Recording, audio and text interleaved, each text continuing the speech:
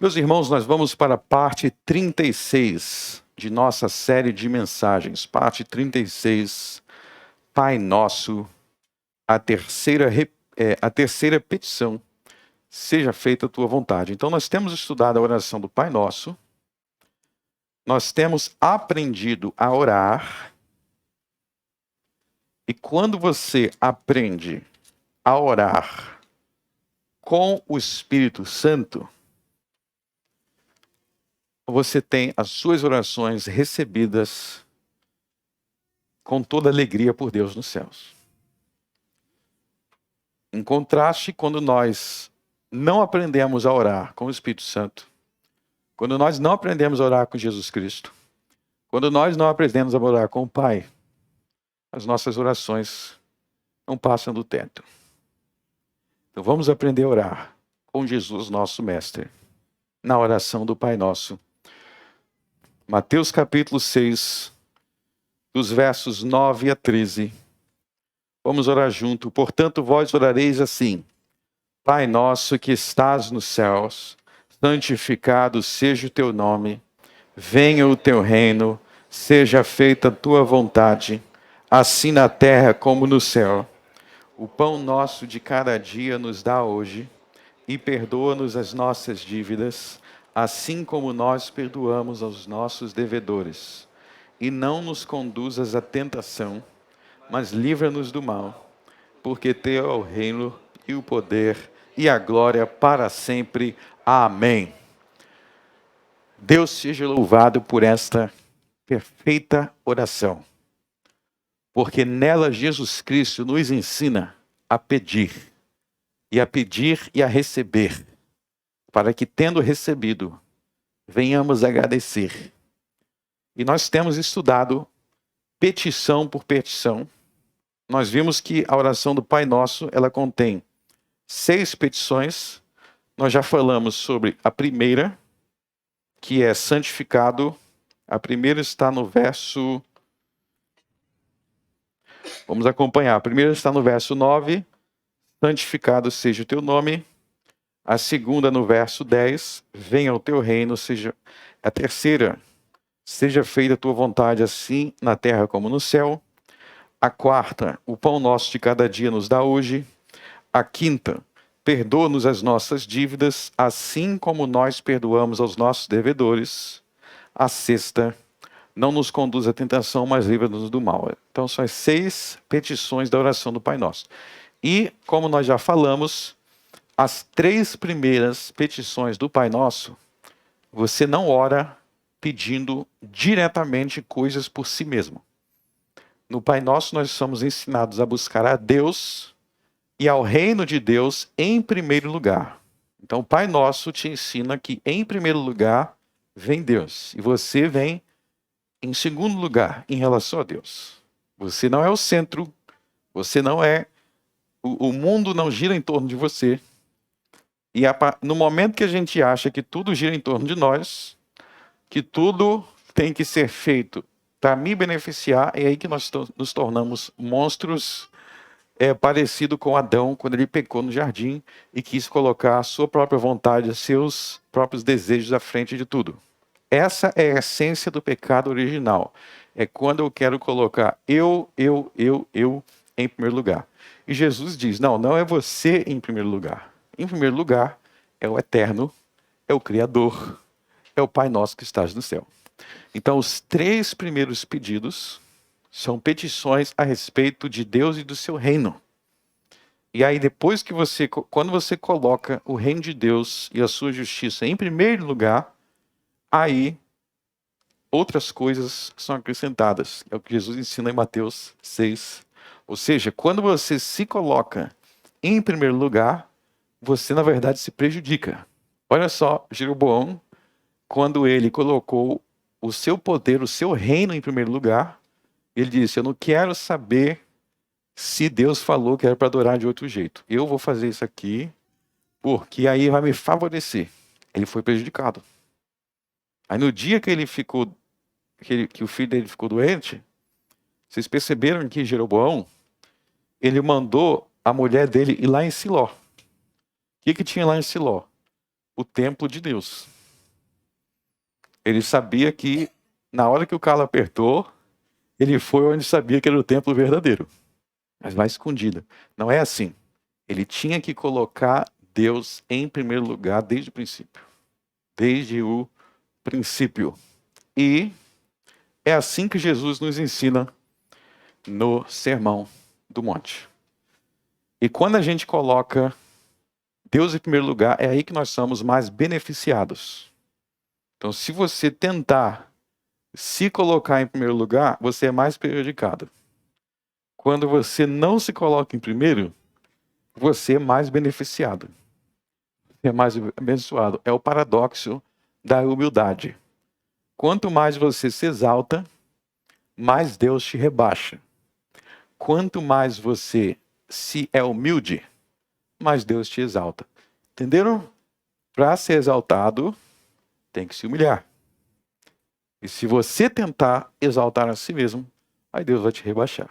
É assim que funciona no reino dos céus. Os menores são os maiores. E os maiores são os menores.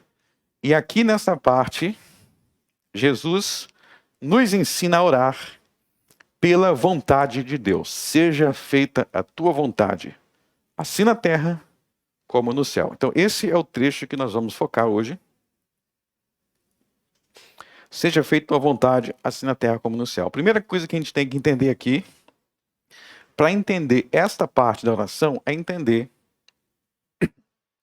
o que é a vontade de Deus. O que é... Desculpe. O que é a vontade de Deus e onde nós encontramos a vontade de Deus. Isso é algo que muitos ficam confusos, muitos se sentem que não sabem onde que eu encontro. E é aí que, em meio a tudo isso, é que muitos vão acabar caindo em coisas que Deus condena. Então, muitos, para encontrar a vontade de Deus, então eu vou procurar um médium para ele me falar a vontade de Deus por meio de espíritos familiares. Ou eu vou me ajoelhar diante de uma estátua, vou beijar a estátua, ou vou subir uma escadaria sangrando meu joelho até a estátua, e aí eu vou descobrir a vontade de Deus. Ou eu vou consultar as estrelas. Eu vou ver o que as estrelas... Tem até o negócio, é a culpa das estrelas, né? O que as estrelas dizem? Ou alguém vai ler a minha mão. Algum cigano vai ler a minha mão. Ou vou jogar cartas. Ou eu vou ficar imaginando que aquela pessoa me olhou assim, então isso é um sinal. É um sinal. Onde que nós encontramos a vontade de Deus? A Bíblia universal, Deus não nos deixou no escuro a respeito disso. Deus não nos deixou no escuro. A vontade de Deus revelada, ela é revelada aonde Deus diz que é. Abram no Salmo 119. Abram no Salmo 119.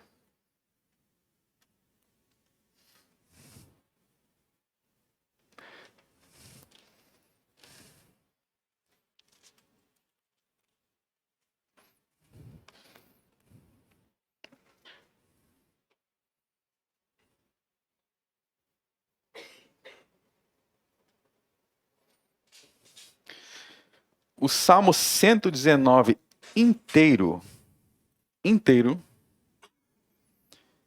é para te ensinar como saber a vontade de Deus. O Salmo 119 inteiro é para te ensinar como saber a vontade de Deus. Então nós vamos ler tudo aqui, porque se for para a gente ler tudo, a gente ficaria até segunda-feira aqui. É o capítulo mais longo da Bíblia.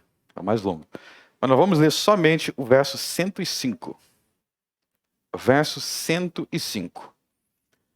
Diz assim: lâmpada para os meus pés é a tua palavra, e luz para o meu caminho. Então, lâmpada para os meus pés é a tua palavra e luz para o meu caminho. O que significa a lâmpada? Tá? O que significa lâmpada? Eu estou aqui com a palavra de Deus, mas eu não estou vendo ela iluminar. Não está saindo uma luzinha. Obviamente, isso aqui é uma linguagem figurada. Lâmpada é aquilo que esclarece, que traz luz, que ilumina. Lâmpada é sinônimo aqui de luz, que ilumina. Ilumina o quê? Os meus pés. O que significa pés? Pés é por onde eu ando, o caminho que eu sigo, o rumo que eu tomo, as decisões que eu tomo. Então aqui nós aprendemos que a palavra de Deus, que é a sua lei e o seu evangelho, ela é onde Deus revela a sua vontade. Abra em Deuteronômio, capítulo 29, verso 29.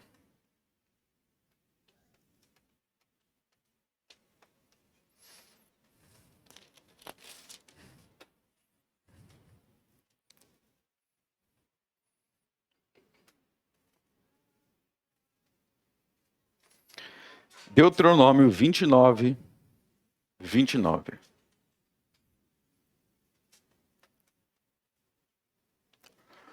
As coisas encobertas pertencem ao Senhor nosso Deus. Então, as coisas encobertas pertencem ao Senhor nosso Deus. O que significa pertence ao Senhor nosso Deus? Significa que não é da sua conta. As encobertas é aquele que não revelou. Tá?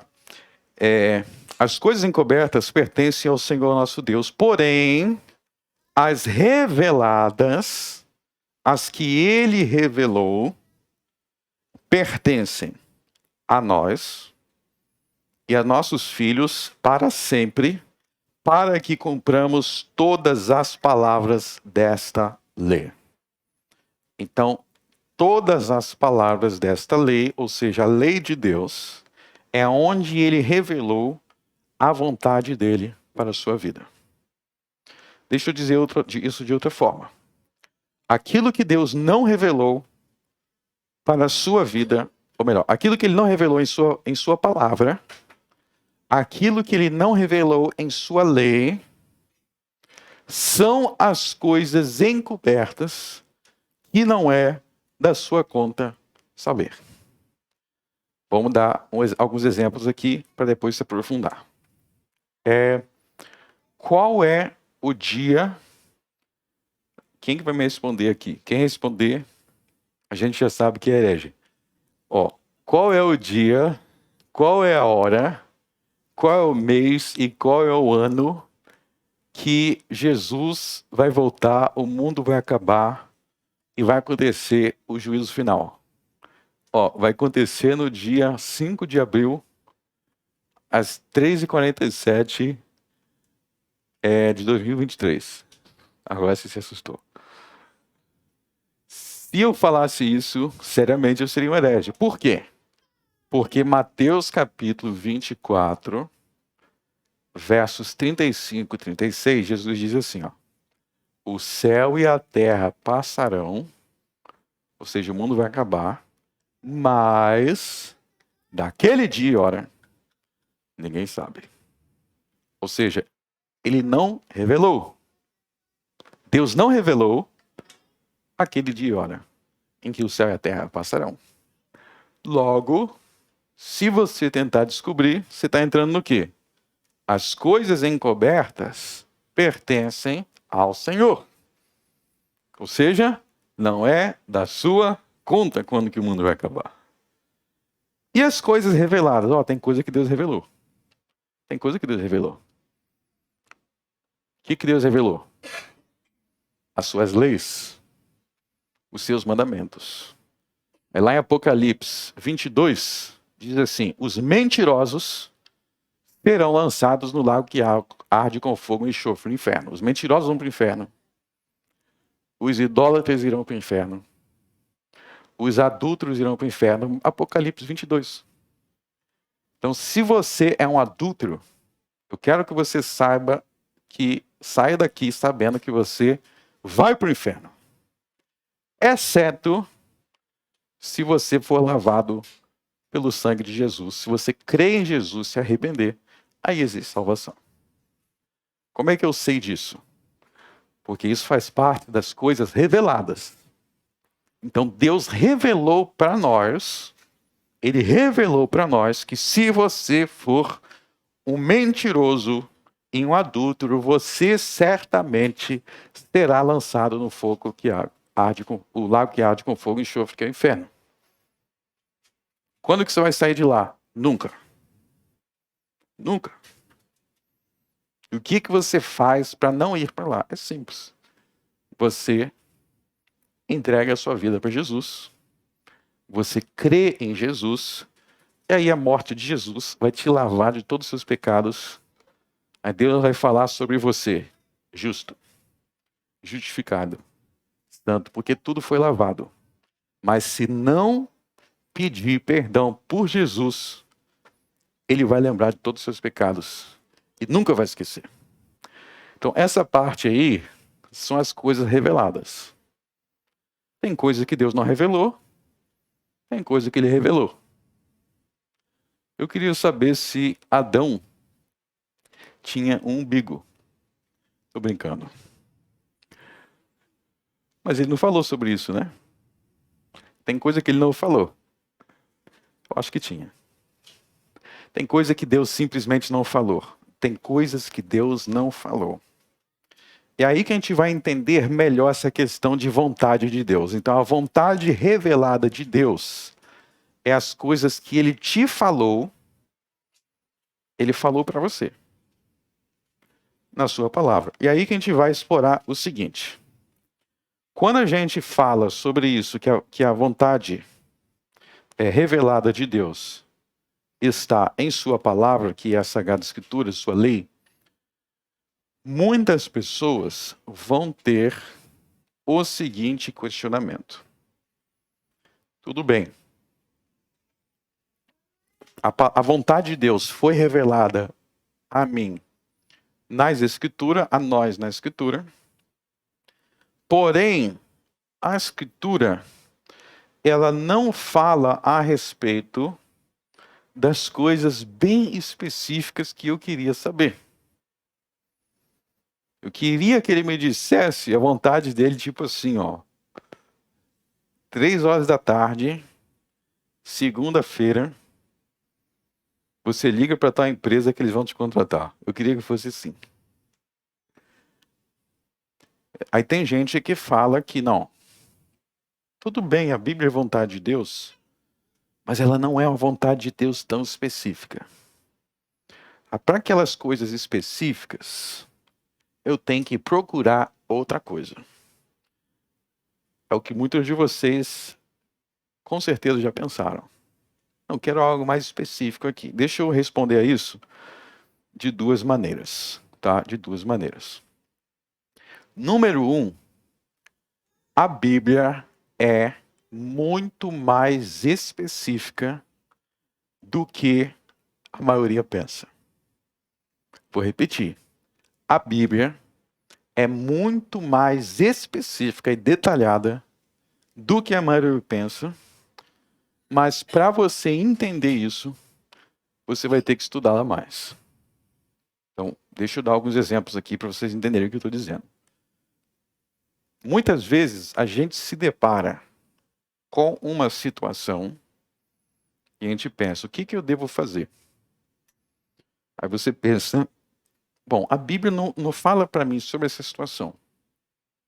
Muitas vezes você pensa que ela não fala porque o seu entendimento é raso. Então deixa eu ampliar o seu leque aqui. Em primeiro lugar, como é que funciona a lei de Deus na Bíblia? A lei de Deus, ela é dividida em várias partes.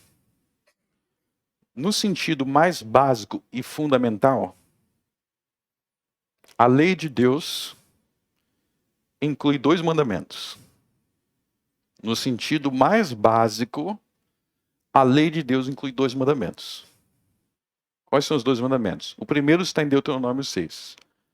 Amarás ao Senhor teu Deus de todo o teu coração, de todas as tuas forças. E o segundo é: amarás o teu próximo como a ti mesmo. Bom, esses 2 aí, Deus dividiu em 10. Então Deus pegou os 2, ame a Deus sobre tudo, ame ao próximo como a ti mesmo, e ele dividiu em 2. Ele dividiu em 10. Então, os 10 mandamentos são explicações dos 2. Então, o primeiro é: amarás teu Deus sobre todas as coisas. O que é amar Deus sobre todas as coisas? Aí você tem 4 mandamentos te explicando o que é amar Deus sobre todas as coisas.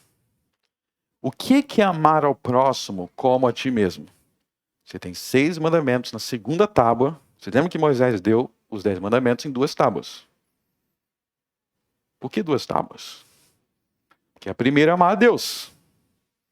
E a segunda é amar o próximo. Você tem 10 mandamentos explicando os 2. Só que, além de 10 mandamentos explicando os 2, você tem 66 livros de Mateus, Apocalipse, explicando os 10. Então, os 10 explicam os 2 e o resto da Bíblia tem explicações dos 10.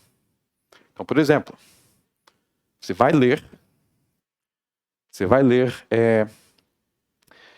livro de Provérbios.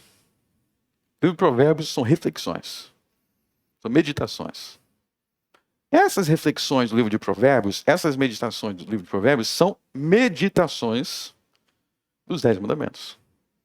São explicações de como que você vive os 10 mandamentos de forma bem esmiuçada.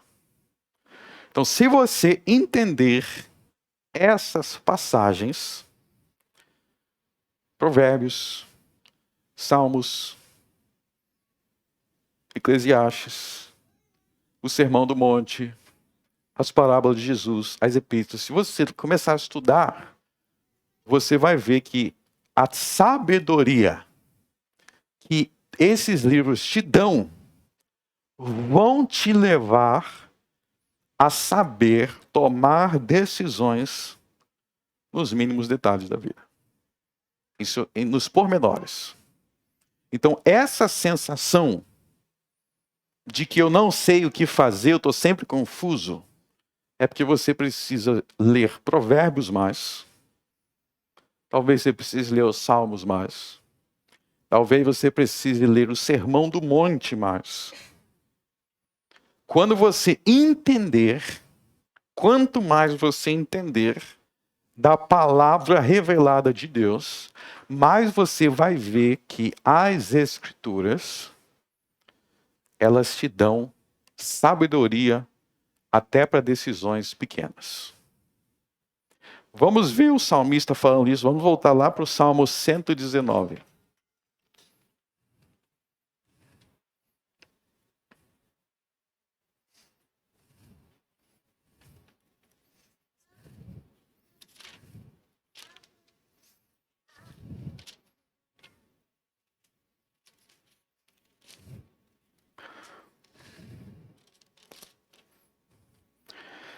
A gente leu agora há pouco o verso 105, né?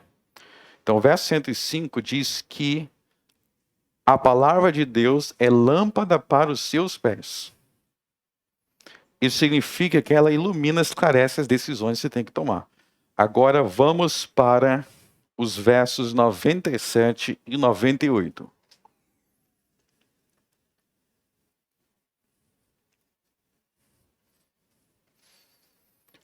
Ó, quanto amo a tua lei, é a minha meditação em todo dia. Tu, pelos teus mandamentos, me fazes mais sábio do que os meus inimigos, pois estão sempre comigo. Então, como que Deus faz que o salmista seja tão sábio assim? Olha só o verso 99. Tenho mais entendimento do que todos os meus mestres. Por quê? Porque os teus testemunhos são a minha meditação. O que é meditação? É refletir, é pensar, é raciocinar. Como que Deus fez o salmista tão sábio assim? O que ele diz no verso 98?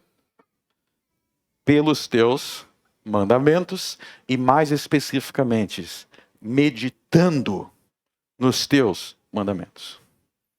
Então o ponto é o seguinte: na maioria das decisões que você precisa tomar, se você tiver conhecimento suficiente dos mandamentos de Deus, você vai saber a resposta do que a decisão que você precisa tomar. É simples assim. Em outras palavras, a vontade de Deus não é algo que está por aí, que a gente precisa desesperadamente que Ele finalmente a revele, algo que não era até então acessível. A vontade de Deus já foi plena e completamente revelada nas Sagradas Escrituras. E o que eu preciso que Deus faça por mim é fazer com que eu entenda as Sagradas Escrituras. Dito de outra forma, não existe vontade revelada de Deus fora ou além dos seus mandamentos. Tudo o que Deus quer que você saiba sobre a sua vontade já está em seus mandamentos, revelados e explicados nas Sagradas Escrituras. Um emprego que você vai escolher, a igreja que você vai frequentar, como que você vai educar seus filhos, em quem você vai votar, com quem você vai se casar. Todas essas situações, o que você tem que fazer é analisar a situação com base no que está nos 10 mandamentos, com base no que está no livro de Provérbios, com base no que está no Sermão do Monte, nas parábolas, nas epístolas. Já está revelado lá a sua decisão que você tem que tomar. O nosso problema é que nós não conhecemos. O nosso problema é que nós não meditamos. O nosso problema é que nós não fazemos o que está aqui em 97, versos 97 a 99. Imagina um jovem. Eu vou dar alguns exemplos agora bem concretos para vocês entenderem, tá? Imagina que eu sou um jovem de 18, 19 anos. Tem 18, 19 anos. E eu estou na dúvida sobre o que eu vou fazer profissionalmente na minha vida. O que eu vou fazer, porque essa é a fase que termina aí o ensino médio. Essa é a fase que termina, que tem várias decisões profissionais, né? E às vezes o jovem fica ansioso. Bom, se você é um jovem rapaz nessa idade aí, tem várias coisas que a palavra de Deus te revela que pode te ajudar nessa decisão. Vou citar algumas. Vou começar com as mais óbvias, tá? Em 2 Tessalonicenses, capítulo 3, o apóstolo Paulo ensina que um homem, eu não vou citar as palavras exatas aqui, mas vou explicar a ideia. Um homem precisa ter a capacidade de sustentar e de dar de comer, ele precisa ter a capacidade de trabalhar para ele comer e se sustentar.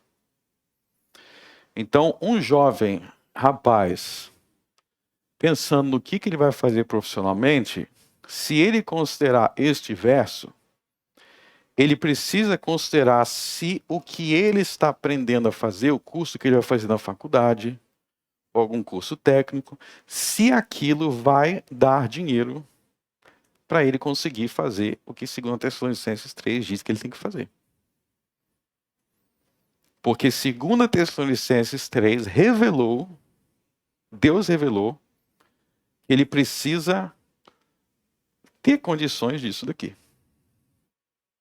Então, as decisões dele é almejando isso daqui. Outro exemplo. Ele precisa lembrar que a palavra de Deus, a palavra revelada de Deus, a lei de Deus ensina em várias passagens, Gênesis capítulo 6, Malaquias capítulo 2, livro de Êxodo e Neemias, ensina que quando você vai se casar, você tem que procurar alguém para se casar que seja cristã. Então, com base nisso, dentre as mulheres solteiras que existem e que são possíveis pessoas para ele se aproximar, ele vai filtrá-las, primeiro vai excluir todas que não são cristãs. Aí sabe o que algumas pessoas fazem? Tô esperando Deus me revelar se é aquela. Quem é aquela? Aí você vai ver, é uma mulher toda doida. O que você acha de igreja? Odeio igreja. O que você acha de Deus? Não acredito. Eu estou esperando Deus me revelar.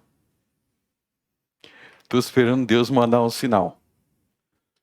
Sabe onde é que ele já revelou? Naquela parte do livro de Provérbios que diz que você é um tolo. Ele já revelou, ele não tem que te dar sinal. Se ele for dar um sinal adicional, é muita misericórdia. Porque ele já falou tanto. Por que você não está procurando saber? E aquela característica de pessoa, vamos colocar dessa forma, aquela característica de pessoa vai te dar problema. Ele já falou que pessoa assim não serve. Mas eu sou um caso especial. Todo mundo acha que é especial para encontrar uma exceção e achar que eu sou diferente. Não é assim. O que a Bíblia diz sobre alguém que tem caráter? A Bíblia me ensinou que alguém com caráter é assim. Aquela pessoa não é assim, não? Então, tá fora. Já está revelado ali. Já está revelado. Eu vou dar um exemplo agora, um pouco mais polêmico. 1 Coríntios 7.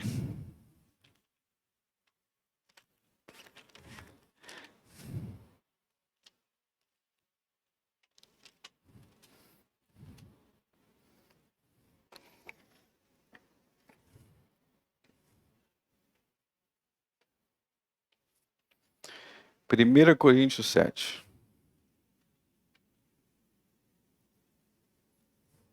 Verso 13.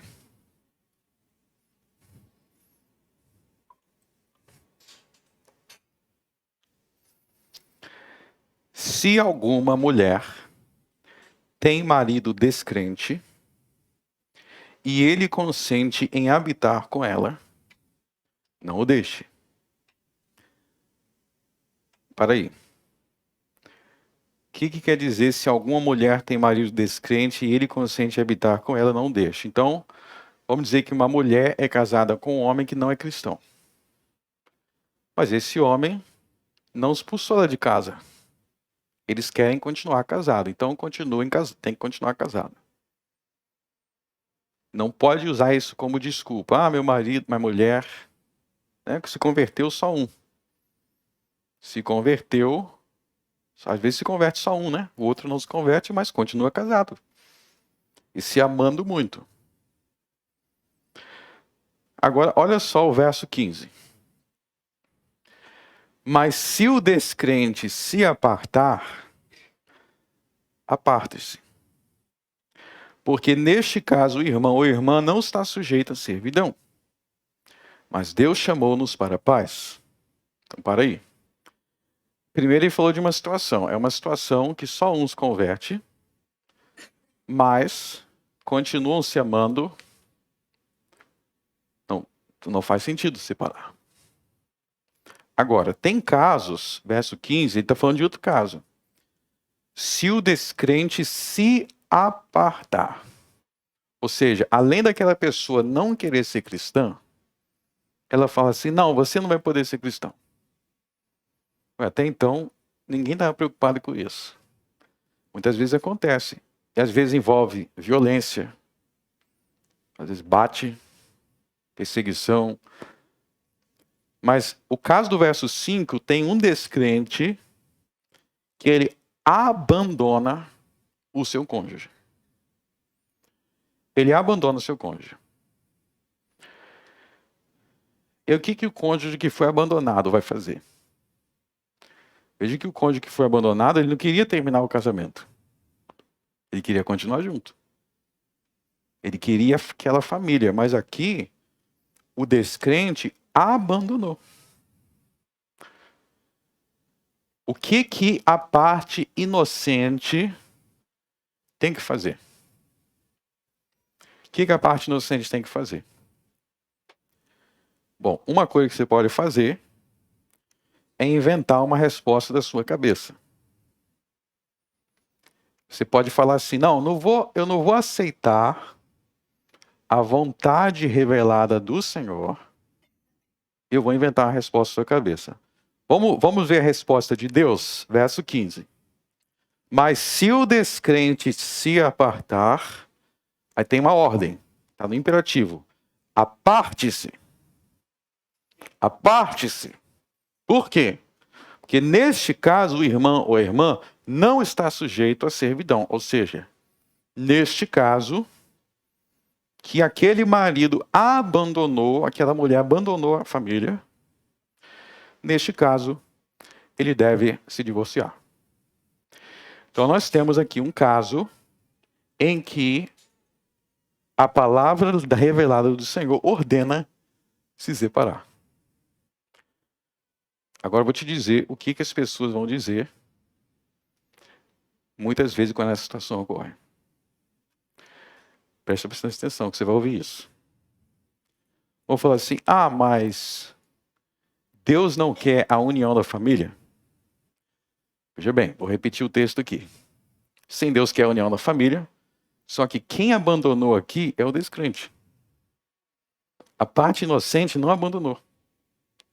O outro abandonou. E quando não tem como o casamento continuar quando uma das partes abandonou.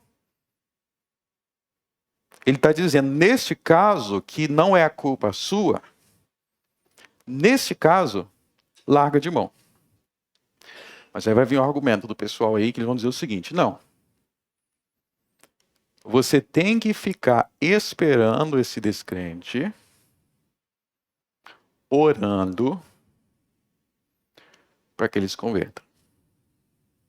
É isso que eles vão te falar. Ele é descrente, ele te abandonou. Ele abandonou a família dele. Ele te traiu. Talvez ele tenha até te batido. E ele não se arrependeu. Ele não se arrependeu. Mas você tem que ficar esperando. Esperando. O verso 16 é para refutar isso. O verso 16 diz: você sabe se Deus vai salvar teu marido? Porque de onde sabes, ó mulher, se Deus salvará teu marido? Quem disse que Deus quer salvá-lo? Já pararam para pensar que hoje em dia as pessoas acham que Deus é obrigado a salvar todo mundo? E eles baseiam suas vidas nisso. Acabou meu púlpito aqui, chegou o fim dele. Eu posso continuar pregando Ó, pega aqui, irmão Vinícius. Dá para botar ainda? Não, vou pregar com a Bíblia na mão. Vou ser mais old school aqui. Quebrou, né? Tem problema não, nosso irmão Rogério está fazendo outro. É bênção. Já durou muitos anos, né? Mas vamos entender aqui. Vamos prestar atenção. Veja bem, quando eu diz... nós podemos orar para alguém se converter, devemos orar. Se alguém é descrente, é bom que você ore para se converter. Só que, se Deus não quiser, Ele pode não te atender. Porque Deus pode já ter decidido lançar aquela pessoa no inferno. Então você pode orar, mas Paulo está falando, você não tem uma garantia de que ele vai se converter. Está vendo que é exatamente isso. Logo, se você não tem uma garantia que ele vai se converter, se ele vai se converter ou não, faz parte do quê? Da vontade oculta de Deus que ele não revelou. É aí que existe uma grande importância prática da doutrina da reprovação. Existe a doutrina da eleição, existe a doutrina da reprovação. O que é a doutrina da reprovação? É que Deus tem o direito de se irar com alguém a ponto de não querer mais salvá-la. Em suas decisões eternas, em seus decretos eternos. E eu tenho que aceitar isso. Por isso que Paulo está... Então, existe aqui uma vontade revelada de Deus para o que fazer quando você tem um ímpio, mas não é só um ímpio. É um ímpio que abandona o lar, que não se arrepende e nem diz interessado em mudar nada, nem se mostra interessado em nada. Aí você tem que abandonar. Você tem que a parte. Ah, mas eu vou. Ele não mostrou fruto. Ele não demonstrou que está a fim de mudar. Ele abandonou a família. Eu vou ficar esperando, eu vou confiar que vai se converter. Verso 16 é explicando que Deus não tem essa obrigação. Isso é parte da vontade oculta de Deus. Até enquanto ele estava se mostrando, se posicionando, aí o casamento, vão lutar pelo casamento. Mas ele abandonou. E ele já provou quem ele é. O que passar disso é uma tentativa de querer entrar na vontade oculta de Deus. Nós não temos nada a ver com isso. Deus tem o direito de condenar quem ele quiser. A gente tem que entender que Deus tem o direito. Romanos capítulo 9. Existem os vasos da ira, preparados para a perdição, que por causa de seus pecados muito grandes, Deus olhou para aqueles pecados e falou: eu não vou perdoá-lo, eu vou destruí-lo. Existe isso. Nós só podemos saber que alguém é salvo quando essa pessoa crê no Evangelho e dá frutos. Se não tiver fé e não tiver um comportamento cristão, como é que eu vou dizer que é salvo? Donde sabes, ó mulher, se salvarás o teu marido? Onde sabes, ó marido, se salvarás tua mulher, se não deu frutos, não diz que crê, não se arrependeu, abandona a família. Está vendo como a Bíblia contém textos que falam sobre tudo? Sobre cada situação. Então o ponto é que a Bíblia fala sobre todas as situações. E cada situação que você tiver, você vai ter um texto que vai te esclarecer. Vai ter um texto que vai te explicar. Como é que se age assim, como é que se age ali. E para finalizar, eu quero responder a um outro ponto aqui que também causa muita dúvida. Que é o seguinte: onde que entra o papel do Espírito Santo nisso?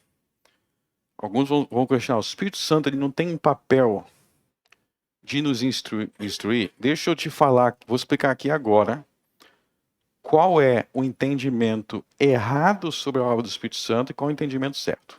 Vamos falar sobre isso. Jesus explicou o entendimento certo lá em João 14, 15 e 16. Ele falou que ele enviaria o Consolador, que é o Espírito Santo. Só que aí ele falou o que o Espírito Santo ia fazer. O Espírito Santo iria ser enviado para nos conduzir às palavras de Jesus. Então, existe a obra do Espírito Santo, mas quando é realmente o Espírito Santo guiando, quando é realmente o Espírito Santo nos iluminando, a maneira de ele nos iluminar é nos conduzindo às mesmas verdades que a Bíblia já ensinava. Ou seja, conduzindo as verdades bíblicas. Então, o Espírito Santo não nos ajuda nos levando para fora da Bíblia. Ele nos ajuda fazendo com que aquelas verdades bíblicas venham à sua mente, ao seu coração. Então você está vivendo uma situação. Aí vem aquele pensamento, aquela decisão. Aí você fala, o Espírito Santo me iluminando. Pode ser. Como é que você sabe o que é? Porque aquela orientação ali é a orientação bíblica. É a sabedoria bíblica. É a verdade bíblica aplicada na sua vida. Agora, se o que você concluir é algo contra a Bíblia, como que o Espírito Santo, que inspirou a Escritura, vai te levar a ir contra ele? Deus não é esquizofrênico. Deus não é contraditório. O que ele falou aqui, ele nunca, em nenhum momento, contradiz. Nunca. Deus tem uma única palavra. Então, em João capítulo 14, 15 e 16, nós aprendemos que o Espírito Santo não foi enviado para complementar Jesus e além de Jesus. Ele foi enviado para nos conduzir às palavras de Cristo. Então, tudo que o Espírito Santo te leva, tudo que o Espírito Santo te leva a entender, se for o Espírito de Cristo mesmo, você vai encontrar esse ensino, esse pensamento, essa conclusão, você vai encontrar na lei, nos profetas, nos apóstolos, no Sermão do Monte, no discurso. Eu vejo algumas pessoas falando assim, o Espírito Santo está levantando. Eu vi essas últimas semanas aí.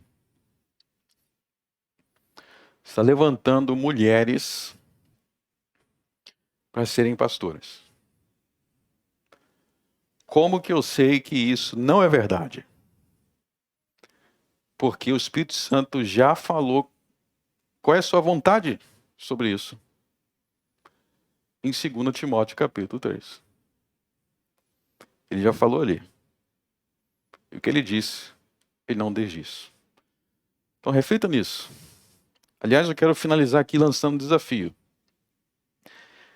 Todo dia, aqui vai uma dica, tem muitas maneiras de fazer isso, mas todo dia, leia alguns versículos de Provérbios. Não precisa ler nem um capítulo inteiro, leia alguns versículos.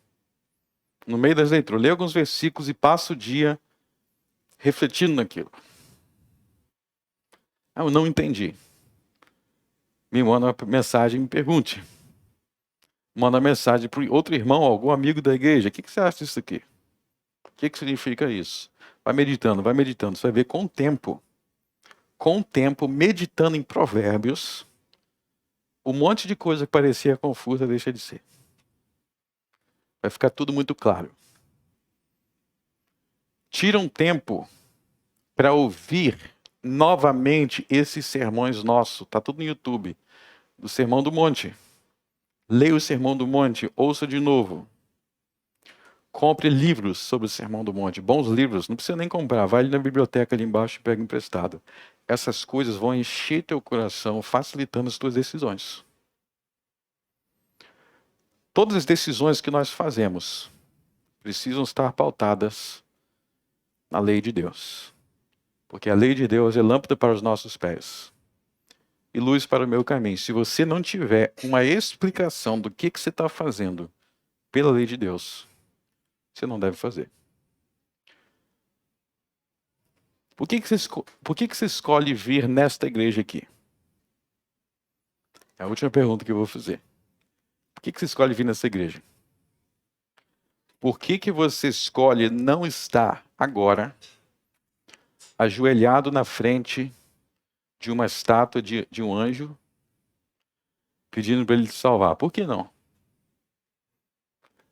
Eu estou confuso. Eu não sei se eu tenho que me ajoelhar na frente da estátua do anjo. Eu não sei se eu devo fazer um feitiço. Eu não sei se eu devo receber algum espírito. A lei te diz, a lei de Deus te diz o que você deve escolher. Diz ou não diz? Isso. Porque a lei de Deus é lâmpada para os nossos pés e luz para o nosso caminho. Amém. Vamos orar. Senhor nosso Deus, nosso Pai, graças te damos por Jesus Cristo, nosso Senhor, porque a lei dele é lâmpada para os nossos pés. Que nós venhamos aprender que o Espírito Santo foi enviado para nos conduzir à palavra de Cristo e não para nos levar para longe dela. Então que nós venhamos assim aprender a discernir a verdadeira voz do Espírito e rejeitar as falsas. Por Cristo Jesus, eu oro. Amém.